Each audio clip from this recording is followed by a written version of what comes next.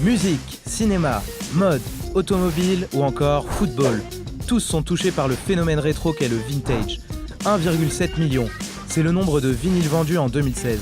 Cela représente 72% de plus que l'année précédente. Cette tendance s'est désormais incrustée dans les esprits, comme sur les devantures des magasins. En plein air de la dématérialisation, avec les services à la demande et le streaming, le côté authentique du vintage fascine. Alors, gage de qualité ou simple mode, c'est ce que nous allons voir.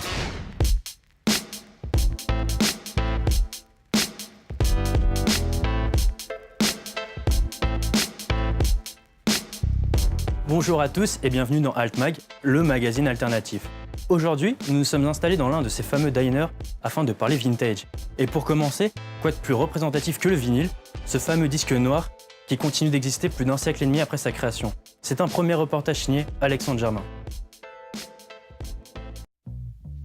Un album des Clash, des bacs remplis, pas de doute, nous sommes bien chez un disquaire.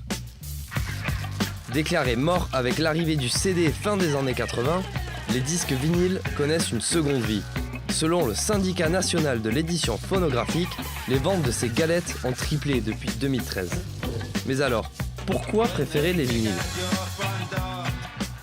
C'est pas que de la consommation de musique, quoi. Il y a aussi, tu peux voir plus loin et te dire c'est un instant, c'est un plaisir, je le veux dans la collection avec les autres. Et c'est le fait de se constituer une espèce de garde-robe de trucs que tu as envie d'écouter.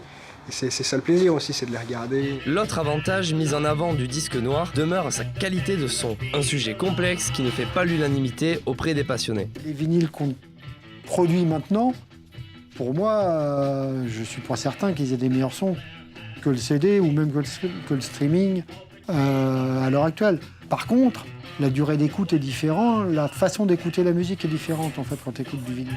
D'une dizaine à plusieurs centaines d'euros pour les pièces de collection, le plus dur reste de dénicher le bon vinyle. En fait, les bons disques, c'est pas obligatoirement des disques chers. Moi, par exemple, je vais te mettre le premier B52. Voilà, c'est un disque qui vaut pas très cher, ça vaut 12 euros, hein, l'original. L'important, c'est que c'est un bon disque. Un filon bien exploité par les distributeurs, rééditions, nouveaux albums, que ce soit pour l'objet vintage, son timbre chaleureux ou par simple nostalgie, le disque vinyle rassemble. Si le vinyle regagne peu à peu en popularité, c'est un autre business plus low cost qui est en train de s'imposer dans les grandes villes. Ce business, c'est celui des friperies. Édouard Massier est allé à la rencontre de Lila, une jeune étudiante en licence d'art, passionnée par ses vêtements chargés d'histoire. Bonjour. Lila nous accueille dans son appartement. Ici, elle ne possède que des vêtements provenant de friperies ou de différentes récupérations.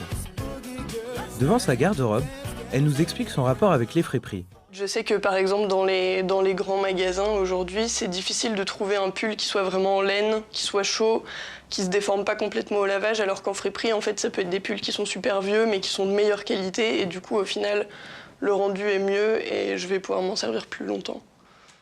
Outre la qualité du produit, un autre point fort attire les consommateurs. Au départ, pour moi, c'est aussi des institutions qui sont là pour aider les gens qui ont aussi des problèmes financiers. Dans le sens où, en fait, ça peut carrément permettre à des gens de s'habiller alors qu'ils auraient du mal à faire ça dans la grande distribution. C'est avec un budget vêtements de 30 à 50 euros par mois que Lila va là où les prix sont les plus adaptés. Nous l'avons donc suivie dans le 4e arrondissement de Paris, dans l'une de ses friperies préférées. Résultat, après une recherche de 20 minutes, Lila a trouvé un pull en laine pour 1 euro. De quoi réchauffer son hiver. Nous sommes à présent chez notre spécialiste vintage Alexandre Germain. Bonjour Alexandre. Bonjour Thibaut. Merci de nous accueillir. Alors la question que je me pose, le vintage, pourquoi ça marche aujourd'hui ? Alors, il y a plusieurs explications. Déjà, ça peut permettre de faire des économies, comme on l'a vu avec Lila. Ça permet aussi d'acquérir un bel objet, mais surtout d'obtenir une exclusivité. Par exemple, nous avons ramené ce disque, qui est un disque américain des années 60, de notre premier reportage chez le disquaire. Sur ce disque se trouvent 16 chansons, et après avoir réalisé quelques petites recherches, aucune de ces chansons n'est disponible sur les plateformes de streaming, sur Internet ou encore en boutique. Et ça marche pareil, on va dire, avec les vêtements pour les friperies. Chaque objet est en quelque sorte unique et très difficile à trouver ailleurs. Donc on l'a vu tout au long de cette émission, le vintage s'immisce un peu partout. Pourquoi ce phénomène ? Eh bien, prenons l'exemple du cinéma. L'industrie cinématographique actuelle adore jouer avec la relation que les spectateurs entretiennent avec le passé. Et cela va du simple clin d'œil avec la nouvelle trilogie Star Wars, avec le retour du fameux Faucon Millenium, à l'utilisation massive de codes propres à une ancienne génération, avec le film La La Land ou encore la série Stranger Things, qui rappelle évidemment les années 80 et l'horreur fantastique à la Stephen King. Cela permet aux spectateurs de retrouver ce qu'ils avaient connu 10, 20, voire même 30 ans auparavant. Et du coup, ce modèle est calqué sur de nombreux milieux différents en fait. Et est-ce que du coup, l'effet vintage pourrait devenir en quelque sorte un fonds de commerce ? C'est là que ça devient intéressant, car il faut savoir une chose avant tout, le business du vintage et de la nostalgie rapporte beaucoup actuellement.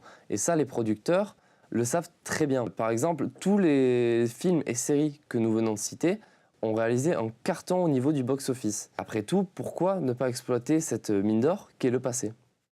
Et du coup, pour conclure, le vintage, effet de mode ou gage de qualité ? Au final, réellement, ni l'un ni l'autre.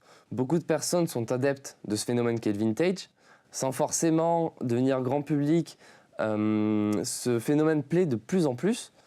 Et pour ce qui est de la qualité d'un objet vintage, tout dépend des goûts. En fait, la quasi-totalité des personnes que nous avons rencontrées vantaient plus le contexte et la manière dont l'objet est utilisé, plutôt que sa qualité réelle. Merci Alexandre, et merci de nous avoir accueillis. Altmag, c'est fini pour aujourd'hui. Merci à tous de nous avoir suivis. On se retrouve la semaine prochaine pour un nouveau numéro.